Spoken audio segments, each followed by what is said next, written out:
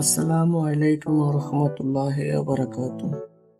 প্রিয় ভিউয়ার্স, আজকে আবার নতুন আরেকটি বিষয় নিয়ে আপনাদের মাঝে উপস্থিত হয়েছি।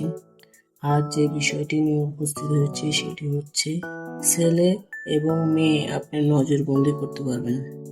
ছেলেও করতে পারবেন, মেয়েকেও করতে পারবেন। এই একই নকশা দিয়ে আপনি দুজনকেই নজরবন্দি করতে পারবেন। এই নকশাটি অত্যন্ত কার্যকারী এবং একটি পাওয়ারফুল নকশা। এই নকশাটি আপনারা 3টি নকশা অঙ্কন করবেন।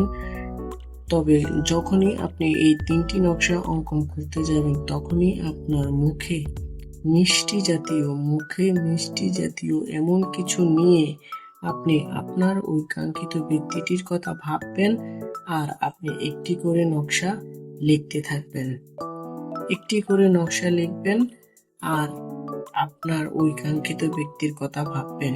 বলা বাহুল্য, যেখানে ফুলান বিনতে ফুলান লেখা আছে সেখানে আপনি যদি ছেলে হন তাহলে আগে হবে আপনার নাম, তারপরে হবে মেয়ের নাম।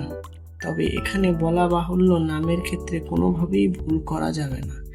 নামের ক্ষেত্রে যদি ভুল করেন তাহলে সেই ক্ষেত্রে অন্য আরেকজনের উপরে গিয়ে এটি অ্যাপ্লাই হয়ে যাবে। তো সেদিকে অবশ্যই সতর্কতা অবলম্বন রেখে কাজটি করবেন।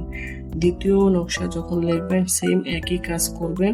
একইভাবে আপনারা মিষ্টি জাতীয় কোনো কিছু নিয়ে আপনারা কাজটি করতে থাকবেন।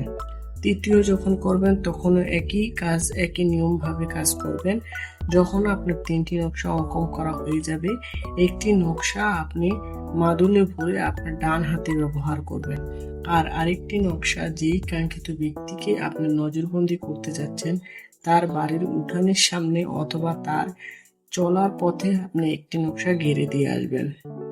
আর আরেকটি নকশা আপনি যে কোনো ফল জাতীয় গাছে ঝুলাবেন, তার বাড়ির সামনের দিকে তাকিয়ে বা সামনের দিকে দেখা যাচ্ছে এরকম ভাবে আপনাকে সেটি বসাতে হবে, যাতে মনে হয় যেন সে এই দিক দিয়ে যাচ্ছে বা এদিক দিয়ে আসছে, যাতে এই তাবিজের ছোঁয়াটা যাতে তার গায়ে স্পষ্ট পড়ে সেদিকে অবশ্যই সতর্কতা অবলম্বন রেখে আপনারা কাজ করবেন।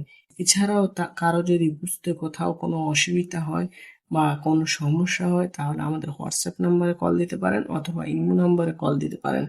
ইমো নাম্বারে কল দিয়ে যোগাযোগ করে আপনারা বিস্তারিত বুঝে নেবেন।